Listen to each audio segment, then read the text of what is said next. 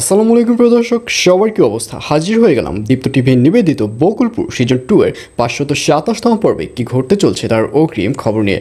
Alright, এই পর্বে আপনারা দেখতে পারবেন এবার দিবা ও গুড্ডির মধ্যে বিশাল এক শত্রুতার সৃষ্টি হবে আগামী পর্বে। কারণ গত পর্বে আপনারা দেখতেই পেরেছেন উগান্ডা রীতিমতো দিবাকে নালিশ করেছে যে গুড্ডির সাথে অবৈধ অস্ত্র রয়েছে, এবং গুড্ডি সাহেব যখন দিবার চেম্বারে আসবে তখন এই ব্যাপারটি দিবা গুড্ডি সাহেবকে জিজ্ঞাসা করবে।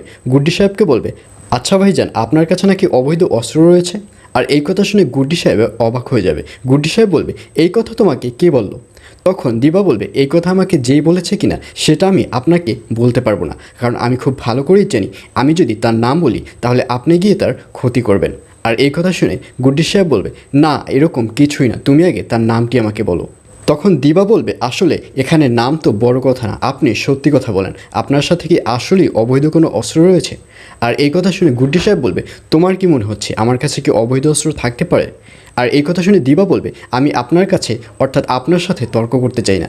এই গ্রামের অনেকরাই বলছে আপনার সাথে নাকি চিতাবাহিনীর হাত রয়েছে, আপনি নাকি চিতাবাহিনীর লোক। তার মধ্যে আমি আবার খোঁজ পেলাম যে আপনার কাছে অবৈধ অস্ত্র রয়েছে, সুতরাং পুলিশ যদি আপনাকে ধরে তাহলে কিন্তু আমি কিছুই করতে পারবো না। আর এই কথা শুনে গুড্ডি সাহেবকে দেখা যাবে হাসতে, এবং গুড্ডি সাহেব বলবে, পুলিশ যদি আমাকে ধরে সেখানে তোমাকে আমি কিছু করতেও বলবো না। এই বলে ওখান থেকে উঠে চলে যাবে গুড্ডি সাহেব।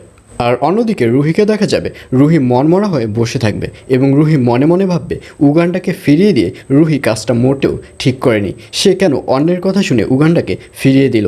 এই ব্যাপারটি তার আগে একটু যাচাই বাছাই করা উচিত ছিল। সে যাচাই বাছাই না করেই তার ফুপুর কথা শুনে সে নিজের পায়ে নিজে কুড়াল মারল। আর এইসবই ভাবতে দেখা যাবে রুহিকে। আর অন্যদিকে এবার বিটি ভাইয়ের সাথে আসলাম মৃধাও দিবার শত্রু হয়ে যাবে, কারণ গত পর্বে আপনারা দেখতেই পেরেছেন আসলাম মৃধার সাথে দিবার একটা ঝামেলা হয়েছে। আর এর জন্য এবার আসলাম মৃধাকে দেখা যাবে সে বিটি ভাইয়ের সাথে হাত মিলাবে, এবং তারা দুজন মিলেই দিবার ক্ষতি করতে চাইবে আগামী পর্বে। আর এছাড়াও থাকবে আরও আশ্চর্য সকল ঘটনা। সুতরাং সবাইকে বকুলপুর সিজন 2 এর আগামী পর্ব দেখার আমন্ত্রণ রইল।